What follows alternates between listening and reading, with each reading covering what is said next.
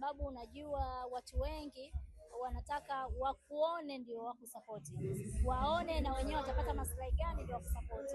Kwa hiyo bado tuna matumaini hapo baadaye, yamkini mwaka kesho watu wakaona mwaka huu, mwaka kesho wakasema ngoja tuingie pale tusapoti. Yes, kwa sababu sisi tunagusa jamii kubwa sana. Sisi wapambaji ma-MC tunagusa nchi yetu, tunagusa bandari, watu wapo wanaoagiza mizigo China, maviti hayo manene, tunagusa TRA, watu wanalipa makodi, tunagusa benki, kila siku miamala ya wateja, nataka MC, nataka mapambo, tunashare na vijana, kwa hiyo kuna makato. Kwa hiyo tunagusa watu wengi katika tasnia yetu. Ni kitu ambacho nadhani wawekezaji au masponsor wanatakiwa kuangalia pia. Yes. Matarajio siku zote ni makubwa. Tunatarajia makubwa na tunatarajia kila mwaka tuwe zaidi ya tulipo mwaka uliopita. Na ndio maana tunapambana kwa namna ambayo tuweze kusonga mbele bila kuanguka au kurudi nyuma.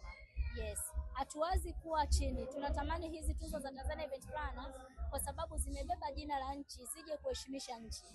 Yaani hata baadaye tuje kualika wapambaji wakubwa Nigeria, wapambaji wakubwa Ghana, ma-MC wakubwa South Africa, watu waweze kuja waweze kuhudhuria tuzo hizi. Kwa hiyo tuna mawazo makubwa, lakini tunamwomba Mungu aendelee kutupa afya na uzima ili tuweze kufikia mafanikio yale ambayo tunahitaji kwa pamoja.